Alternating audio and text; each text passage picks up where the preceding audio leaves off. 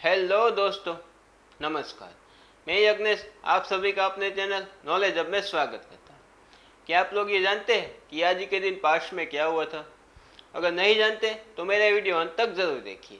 ये वीडियो में मैंने जानकारी दी है कि आज के दिन यानी कि 2 नवंबर को पास्ट में क्या हुआ था, कौन कौन सी घटनाएं हुई थी। वीडियो चालू करने से पहले अगर आपने अभी तक मेरा चैनल सब्सक्राइब नहीं किया तो भी सब्सक्राइब कर दीजिए और साथ में वो बेल आइकन भी प्रेस कर दीजिए ताकि आपको मेरे नई वीडियो की नोटिफिकेशन मिलती रहे। चलिए बिना देरी के वीडियो की शुरुआत करते हैं। 1917 में ब्रिटिश विदेश सचिव आर्थर जेम्स बाफलर ने द बाफलर घोषणा फिलिस्तीन में यहूदी लोगों के लिए एक राष्ट्रीय घर स्थापित करने के इरादे की घोषणा को प्रस्तुत करता है। 1920 में अमेरिकी राष्ट्रपति चुनाव की प्रकृति फ्रांस के लिए बहुत रुचि थी। वर्तमान चुनावों के बारे में जानकारी के साथ फ्रांसीसी समाचार प्रकाशनों ने वाशिंगटन से विल्सन के पिछले राष्ट्रपतियों के चित्रों को प्रदर्शित किया। इसका उद्देश्य अमेरिकी कार्यकारी शाखाओं के साथ सरकार की फ्रांसीसी और ब्रिटिश राष्ट्रपति की शाखाओं की तुलना में तुलना करना था। 1931 में सोवियत संघ ने घोषणा की कि देश इस साल के दौरान गेहूं का निर्यात नहीं करेगा और सबसे अधिक संभावना है कि अगले साल भी नहीं। हाल ही में फ्रांस और सोवियत संघ के बीच व्यापार समझौते पर हस्ताक्षर करने के बाद इस निर्णय की घोषणा की गई। 1932 में ट्राफल्गर स्क्वायर में पुलिस द्वारा अंगर मार्चर्स आर्मी द्वारा मार्च को तोड़ दिया और मार्च को लंदन से बाहर खड़ेद दिया। मुख्य साम्यवादी आयोजकों पर देशद्रोह का आरोप लगाया है और वर्तमान में वे जेल में है।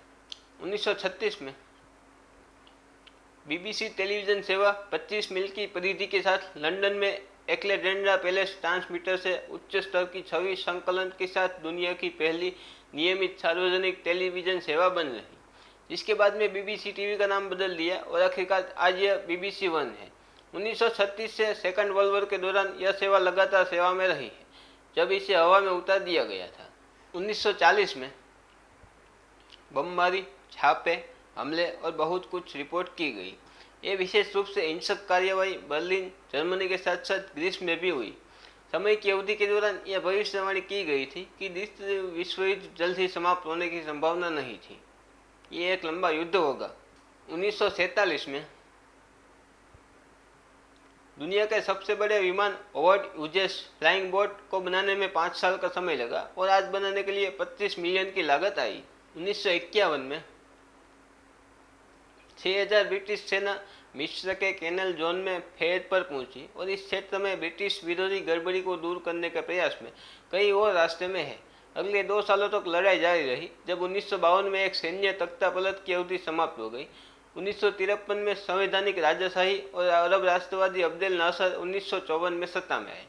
1954 में नासर ने स्वेद नहर का राष्ट्रीयकरण किया और इसे इजराइल और एंग्लो फ्रेंच सेना द्वारा आक्रमणों को भड़काने वाले अरब नियंत्रण में ले लिया, जिससे संयुक्त राष्ट्र को वापस लेने के लिए मजबूर होना पड़ा। 1953 में भले ही मध्य पूर्वी देश जैसे सीरिया, जॉर्डन और लेबनान इजराइल के साथ एक समझौते पर नहीं पहुंच सकते, संयुक्त राज्य अमेरिका इन देशों के साथ संधियों पर हस्ताक्षर करने के लिए सहमत हो गया। इसी तरह अमेरिका ने भी इजराइल के साथ एक अलग समझौते पर हस्ताक्षर करने की योजना बनाई, जिसमें सीरिया, जॉर्डन और लेबनान शामिल नहीं होंगे। जॉर्डन नदी के दोनों किनारे के विकास से पहले एक समझौते की आवश्यकता थी। अरबों ने इस परियोजना के बारे में यहूदियों के साथ सीधे बातचीत से इनकार कर दिया। 1959 में M1 मोटरवे का पहला खंड, ब्रिटेन में इसका पहला प्रकार है। मोटरवे 2 स्पर्श M10 और M45 के साथ वॉटरफोर्ड के क्रीक रग्बी के बीच खेला गया है।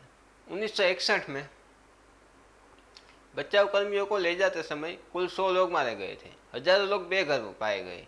यहाँ तूफान ब्रिटिश होंडुरास तट के साथ हुआ और बेलिल, स्क्रेनिंग, तरफिन और कोलकर जैसे क्षेत्रों के खिलाफ मारा गया। 20 फीट तक ऊंची लहरों ने सरकारी इमारतों को तबाह कर दिया और जेल को तबाह कर दिया था। 1965 में जब पेंटागन के सामने वियतनाम युद्ध का विरोध करने के लिए खुद को आग लगा लेता है तो एक आदमी मर जाता है। उसकी विधवा ने कहा कि उन्होंने हमारी सरकार को वियतनाम में हमारी सरकार की गहरी सैन्य भागीदारी का विरोध करते हुए अपनी जान दे दी। 1973 में उपराष्ट्रपति गेराल्ड आर फोर्ड ने राष्ट्रपति निक्सन की जांच के निर्णय को मंजूरी दे दी। यह जांच निर्धारित करेगी कि राष्ट्रपति पर महाभियोग लगाया जाए या नहीं। माना जाता है कि निक्सन ने वाटरगेट स्कैंडल में भाग लिया था, साथ ही कम से कम कुछ अन्य सरकारी नेताओं के साथ। 1982 में अफगानिस्तान में सलंग टनल में एक ईंधन ट्रक और विस्फोटक ले जा रहे थे। ट्रक को एक बीच दुर्घटना के बाद एक आग्नेयास्त्र रूसी सैनिकों ले जाने वाले कई पुलों को ढकना शुरू कर देता है और अनुमानित 3000 लोगों को मारता है, जिसमें ज़्यादातर सोवियत सैनिक काबुल जाते हैं। 1983 में ग्रेनेडा से क्यूबा, सोवियत और लीबिया के राजनयिकों को हटाने की समय की सीमा इस तिथि के लिए निर्धारित की गई थी। हालांकि इस योजना के बारे में एक बड़ी समस्या यह थी कि हवाना के एक अधिकारी ने घोषणा की कि क्यूबा के प्रतिनिधिमंडल तब तक रहेगा जब तक कि क्यूबा के कैदियों को युद्ध मुक्त नहीं किया जाता। अमेरिका ने इस समय से लगभग 2 सप्ताह पहले ग्रेनेडा द्वीप पर आक्रमण किया था। यह प्रयास एक क्यूबा समर्थक मार्क्सवादी शासन को समाप्त करने के लिए किया गया था। इसने इस द्वीप को जब्त कर लिया था। 1986 में अमेरिकी डेविड जैक्सम को बेरूत में मुस्लिम कट्टरपंथियों ने बंधक बना लिया, जो 17 महीने की कैद के बाद इस्लामिक जिहाद के सदस्य थे। 2000 में एक अमेरिकी अंतरिक्ष यात्री और 2 रूसी कॉस्मोनॉट पर 4 महीने के प्रवास की तैयारी करने वाले अंतर्राष्ट्रीय अंतरिक्ष स्टेशन में जाने वाले पहले व्यक्ति बन गए। 2003 में कुछ दर्जन टुकड़ियों सदस्यों के साथ घर जाते हैं समय एक अमेरिकी हेलीकॉप्टर को गोली मार दी गई। इस घटना के परिणाम स्वरूप कुल 16 लोग मारे गए और 20 लोग घायल हो गए। 2006 में वियतनामी अभियोजकों ने कहा कि उसका इरादा 3 अमेरिकी नागरिकों और 4 अन्य लोगों को आतंकवाद से उबारने का है, जिन्होंने सरकार को उखाड़ फेंकने का प्रयास किया।